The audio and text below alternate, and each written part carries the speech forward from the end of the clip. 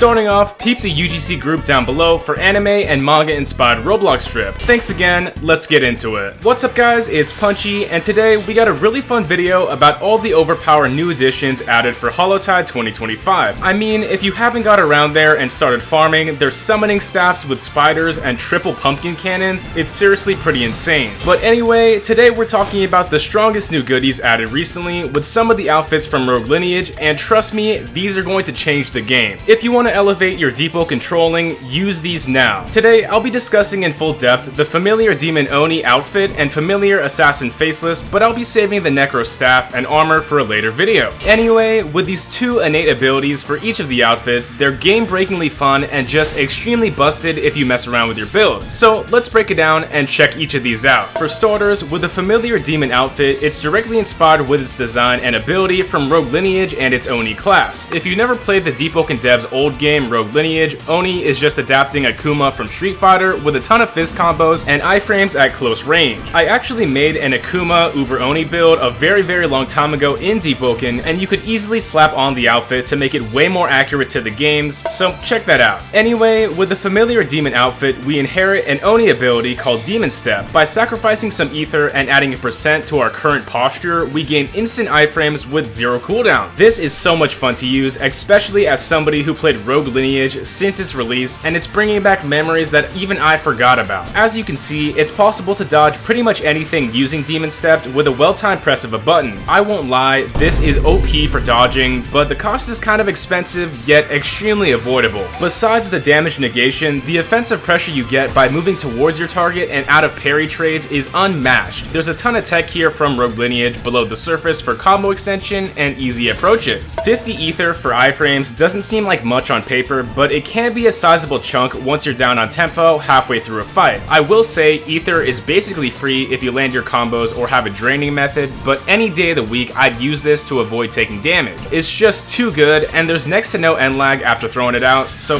just use Demon Step. Now, as far as we're concerned about the other downside for posture, it's difficult to manage but very strong if you can do so. Using Demon Step with 0% posture, nothing's gonna happen, you don't even get any posture, but once you rack up any amount, 20% of your current bar is added on top to make it less spammy. If you know what I'm thinking, there's so many ways to get rid of posture, and it's kinda busted. Using Exhaustion Strike, this instantly removes a massive chunk. Using Arc Suit with Arc Wave and now Arc Beam gets rid of posture with a single press, and if you pair this up with a full Might Gem synergy and talent, you subtract posture when hitting blocks. Additionally, if you want to pair this up with the Curse of the Unbidden enchant, you already have 2 dodges, your parry, Demon Step, and now a new counter that grants iframes and removes posture as well. Unbidden is the perfect option to run with Demon Step since it fuels the cycle and it gives you another defensive option. It's free posture, free iframes, and free counters. It's just you always want to be using this. If you really don't want to deal with an attack or mantra, use your counter or Demon Step right through. Seriously, the familiar Demon armor is nuts and so is Demon Step, but now it's time to move on to something even crazier. Next up, with the familiar Assassin armor, this is inspired by the Rogue Lineage Faceless class. Not entirely specific to Faceless, but every dagger class in Rogue had access to Bane, the ability that we get. It's a buff that allows your mid-range attack to teleport to people, and it's one of the most iconic sound effects for Rogue Lineage, and it's come to Deepwoken. You'll notice that this active ability looks a little bit different with the timings because of course it's gotta be more reactable to fight against. With absolutely any weapon, we can teleport at mid-range to attack players, and this is just busted with high pressure builds. Using abilities with rushdown or gap closing capabilities, there is absolutely nothing they can do if you just keep on pushing forward and throwing out attacks. I'm a huge fan of using this with oaths like Blade Harper because you can enter your mode alongside Bane and it's basically just a Bankai. You're stacking modifiers and buffs and it is really fun. With mantras or criticals that have delayed hits, teleports, or anything that pressures people up close, Bane is gonna be your best friend. Weapons like Twin Blades have extremely wonky hitboxes and players don't really know what to expect. The same can happen with a weapon like the Eye of Malice that's disjointed and hard to read with animations, and Bane makes that so much harder to deal with. Mixing up with gap closing potential and basically zero downside, this armor might have the best active ability in the entire game. So anyway, with that all being said, that's all I gotta say. Check out the new items right now because they're super fun and a great reference to Rogue Lineage. Again, leave your thoughts down below about these new outfits and try them out. Thanks once again to all the supporters who motivate me daily and directly help out this channel. If you want to join as a member, go code down below, but besides that, my personal Discord, guild Discord, and my UGC group are all linked, so check them out. Thanks once again, and make sure to like and subscribe. It's punchin' time.